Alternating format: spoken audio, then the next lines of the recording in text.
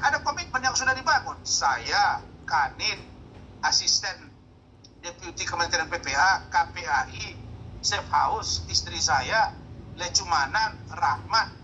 Ada saksinya, ada rekamannya. Kamu juga kalau ada orang ngadu ke kamu, terus kamu bawa, terus saya bilang begini-begini ya, kamu lakukan, setelah itu kamu ditinggalin. Apa namanya? Itu namanya tidak konsekuen. Kalau lu mampu kemarin amankan dia, jangan minta tolong ke gua dong. Kan dia sudah saya bawa ke Polres. Kalau begitu mereka bilang, Pak Rasman, ini biar urusan kami. Saya masih pergi, ini kan enggak. Ibunya datang, dia nggak mau. Jelas di depan kita, di depan penyidik, di depan pengacara, dia tidak mau ketemu dengan si NM. Terus, kenapa saya dianggap seperti orang yang tidak ada urusan dengan dia? Dia datang, jangan lupa kalian. Dia lari dari safe house, dia nyari seorang Rasman, dia minta perlindungan hukum ke Rasman, saya bantu dia, saya bawa dia ke Polres, saya dianiaya, kemudian dia buat surat pernyataan, kemudian dia menyatakan bagaimana penderitaan dia di media, bagaimana dia dibawa ke rumah sakit Polri. Kok sekarang hilang dari saya? Bukan saya mau sok-sokan cari-cari anak, bukan, yang bukan anak saya. Tapi saya punya kewajiban hukum, karena saya berasal dari bawah, saya orang susah, meniti karir dari bawah, saya bisa merasakan penderitaan seorang anak. Kalau begitu dapat perlakuan dari orang tua, nah itu sangat menyedihkan. Itu saja. Apalagi saya disebut-sebut selama ini oleh NM, jangan-jangan nanti jadi istri kesekian. Itu kan mulutnya, itu kan mulut biadab yang tidak tahu harga diri, dan saya belum pernah ketangkap, ya, belum pernah saya ketangkap bawa cewek online gara-gara saya prostitusi online. Saya belum pernah ketangkap. Saya nggak bilang ya ada orang yang ketangkap prostitusi online. Paling tidak saya nggak pernah jual diri. Saya aja hari ini ada di resort saya. Emang gue pikirin apa? Enggak lah, kerja ya kerja, relax ya relax. Sini saya 1-2 hari habis balik ke Jakarta. Begitu. Tapi tim saya bekerja, tim saya 24 jam bekerja.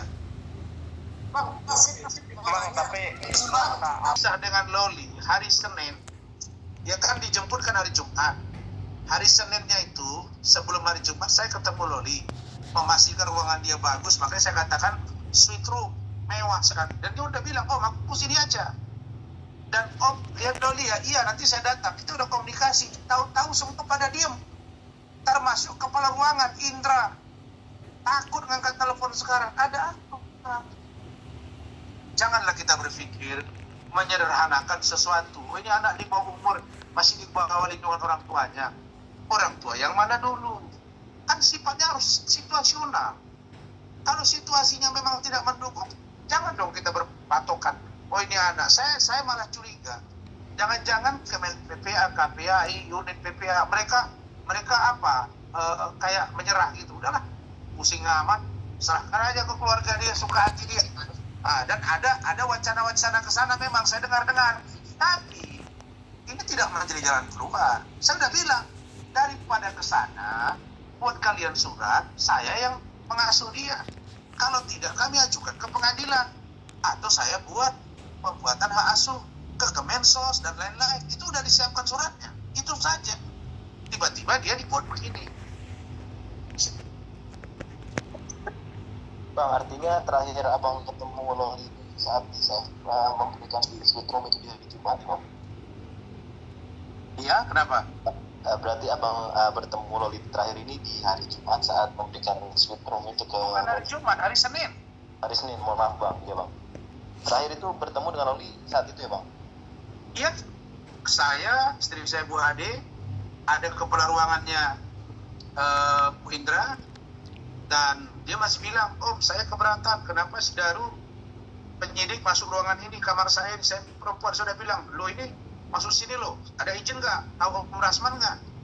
Dia udah bilang, saya nggak bisa, dia pegang terus tangan tantenya si Ade, istri saya. Jadi saya kok nggak percaya, apalagi muncul kata-kata dari si Fahmi bahwa menggambarkan sosok seorang bude ini ternyata bukan bude turunan keluarga dalam tafsiran saya ya. Nah, menjadi tugas kita ini sekarang memastikan Bude ini siapa. Dan Fahmi harus bertanggung jawab kalau ada apa-apa dengan anak ini. Karena dia udah bilang dia nggak mau ketemu Fahmi. Makanya saya nggak mungkin.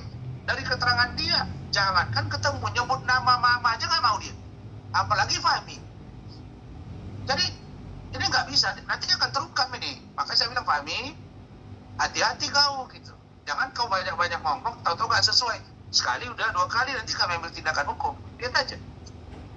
Atau ikut melakukan kriminalisasi terhadap anak ini. Kalau nanti ternyata lolinya tidak berada pada tempat yang apa yang kau katakan, seperti di safe house. Jangan bilang-bilang tidak ada hak saya. Saya punya hak sebagai warga negara untuk membantu dia. Kenapa? Karena dia lari cari saya dan minta perlindungan hukum. Itu dia poin dari saya. Siapa yang berani membantah? Dia lari cari saya bawa ke Polres. Saya ribut dengan ibunya. Dia nggak mau ketemu ibunya. Dia dibawa ke rumah sakit Polri. Saya yang bujuk sesuai dengan permintaan KPAI. Permintaan dari Kementerian PPA, permintaan dari unit PPA.